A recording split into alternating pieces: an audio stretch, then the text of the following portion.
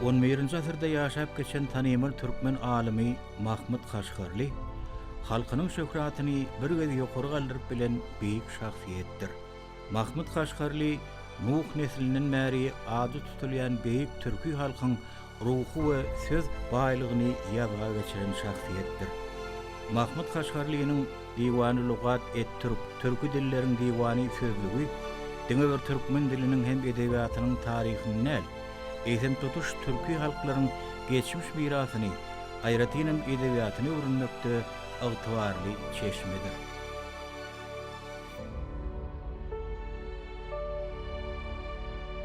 Türkü dilleriň diwany atly bu eserde taryhyň gerdişinden bizim şu günüme gelip ýeten ata-babalarymyzyň aýtgysy, ene-mamalarymyzyň hüwdüsi, habarlaşykly sözler bilen ýazylan goşu setirleri, hikmet hoşalary we paýhas däneleri bar. Edebiýatçy alim Rahman Rejepow Mahmyt Kaşgarlynyň oğuzun türkmeniň gaý urugundan bolanlygyny alymyň öz ýazan sözleriniň esasyna düşündiripdir.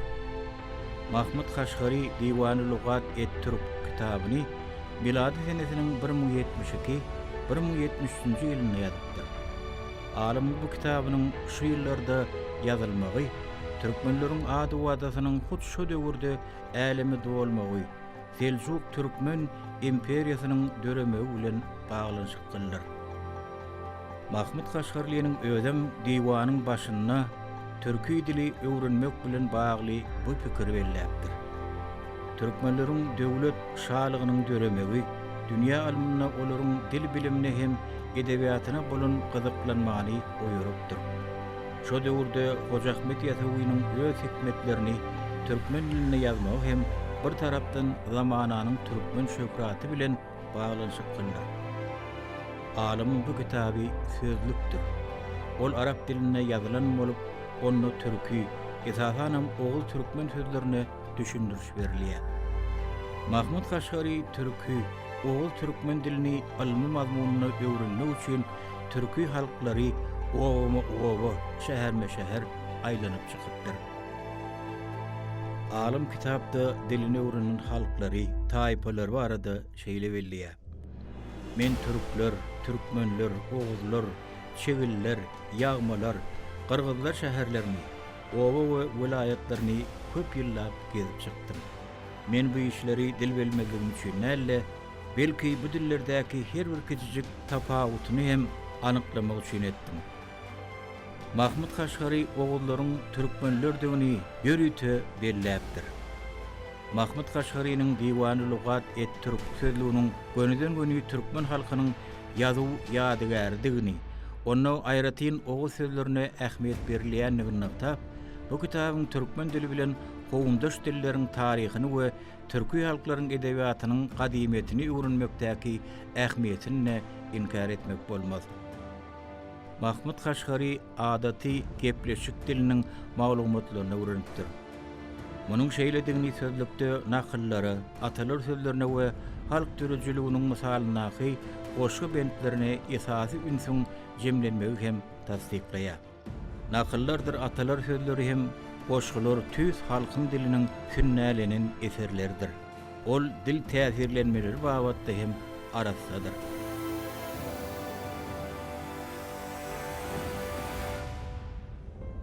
Mahmyt Kaşgarlynyň Diwan-ı Lugat et-Türk kitabyna ýerleşdirilen goşgu bentleri milli şygyr sanatymyzyň gepleşik köklerini aralaşmaga mümkinçilik berýär.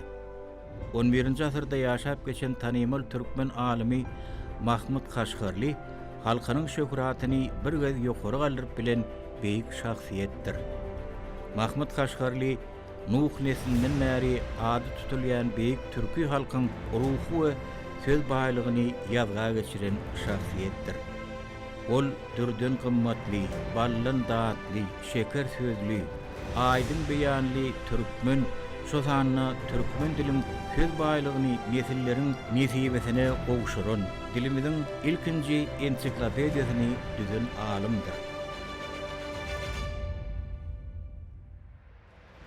Türkü dünýäsiniň söz baýlygy hakda söhbet edilende bu beýik alimyň ady hukmaniýatlanýar. Mahmyt Kaşgarlynyň Diwan-ı Lugat et-Türk Türkü dilleriň diwany sözlügi diňe bir türkmen diliniň hem edebiýatynyň taryhyny, edem tutuş türkü halklaryň geçmiş mirasyny, aýratynam edebiýatyny öwrenmekde ygtybarly çeşmedir. Bu kitap bozaly bilen türkmen diliniň hem edebiýatynyň taryhyny öwrenmekde ähmiýetlidir. Çünki diwanyna yerleşdirilen beýleki türkü halklaryň dil baýlyklary bilen bir nowatda ogul türkmen sözleri, nakyllar, atalar sözleri we goşu öýlekleri türkmen dili we edebiýaty üçin bahasy çeşmedir.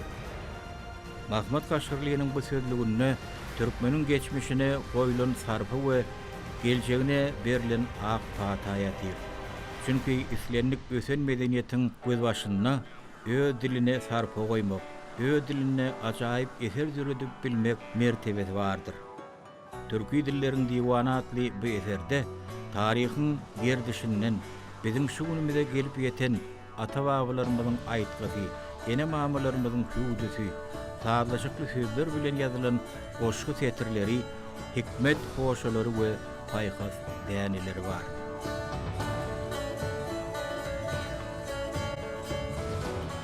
Alymyň dogly ady Mahmyt ibn Huseyn ibn Muhammed al-Kaşgary bolupdyr. Günnäwär ilminde we edebiýatyna bu alym Mahmyt Kaşgarly ady bilen bellidir. Şu ýerdäki Kaşgarly sözi onuň dogulun ýeri bilen baglanşykly. Ýagny şol ýerdenligini aňladýan lakamdyr. Mahmyt Kaşgarlynyň atasy Kaşgarda dogulan bolsa-da, ol ömrüniň köp bölegini Balasagunna geçiripdir. Alym kakasynyň Barsagan şäherine dogulanlygyny habar beripdir. Barsagan bu oguz ýurtudyr. Alym özü Garahanlar döwletiniň iki gezek paýtagty bolan Balasagun şäherine dogulupdyr diýilýär.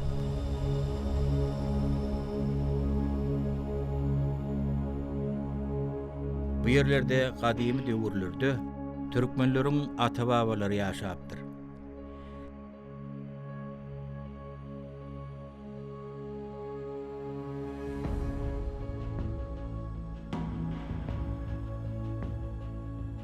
Meşhur alymy yerli ýaşaýjylar Hezreti Molla diýip bildiripdir. Mahmyt Kaşgarly 1105-nji ýylda aradan çykypdyr we dogdugy obasyna jaýlanypdyr.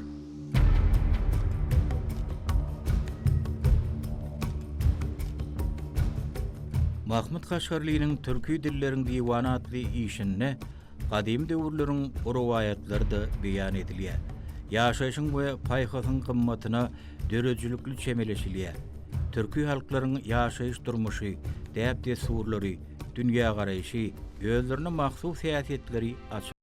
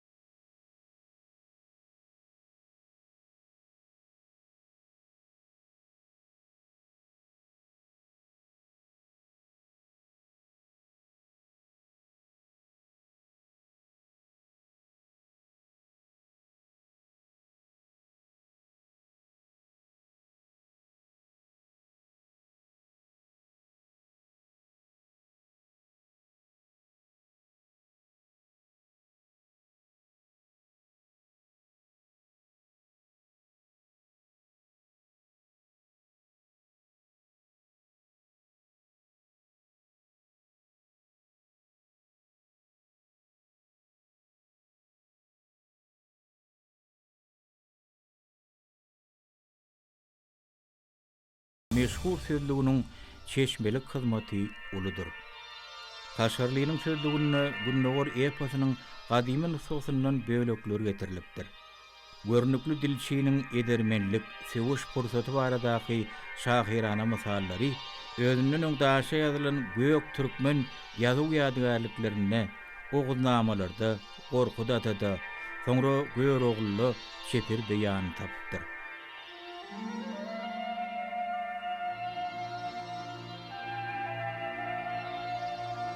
Kaşgarlynyň sözlügindäki gahrmançylykly eposy degişli bölekler Gunnawur eposynyň özara täsirlenmeleriniň esasyna kämilleşmegine güwä geçýär. Kaşgarlynyň sözlügi Gunnawur eposynyň 11-nji asyra çenli döreýişini, ösüşini takyklamaga, türkmen eposynyň dörejülikli hyzmatdaşlygyň netijesinde şeper söz sunuwatyny öwürlendigini almytaýdan barlamaga gözli çeşme bolup durýar. İlkinji dilçi alim bolan Mahmyt Kaşgarly şu döwürde türkü halklaryň ýaşaýyşyny, dil aýratynlyklaryny, däp desurlaryny, halk dörejüligini öwrenmek maksady bilen olaryň ýaşaýan ýerine fiýahat edýär. Türkü dilleriň we edebiýatynyň ägürtüli ýadygarlygy bolan Diwan-ı Lugat et-Türk'ün döreden döwründen bäri 9 asyrdan gowrak wagt geçenen bolsa, Mahmyt Kaşgarlynyň Diwan-ı Lugat et-Türk'i türkmen halkynyň 11-nji asyrdan häzirki günümizde çelini gelen gymmatly ýazyw çeşmesi bolup durýar.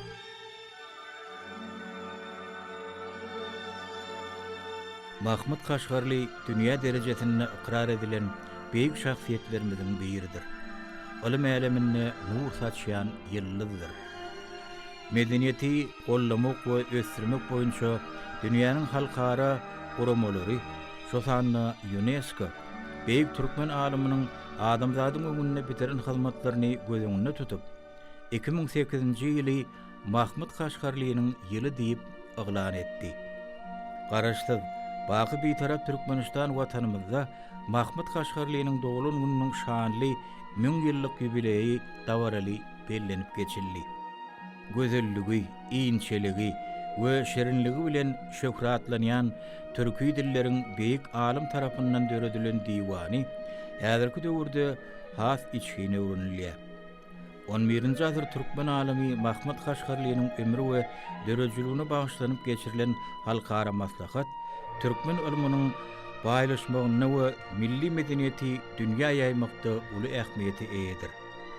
11-nji asyrda ýaşap geçen tanymal türkmen alimi Mahmyt Kaşgarlynyň Diwan-ı Lugat et-Türk, türkü dilleriň diwany sözlügi diňe bir türkmen diliniň hem edebiýatynyň taryhynyň däl, eýsem tutuş türkü halklaryň geçmiş mirasyny öwrenmekde altabarly çeşmedir. Bu kitap ozaly bilen türkmen diliniň hem edebiýatynyň taryhyny öwrenmekde ähmiýetlidir. Çünki diwana ýerleşdirilen beýleki türkü halklaryň dil baýlyklary bilen bir hatarda ogul türkmen sözleri, nakyllar, atalar sözleri we goşgy bölekleri türkmen dili we edebiýaty ilmi üçin bahasyz çeşmedir.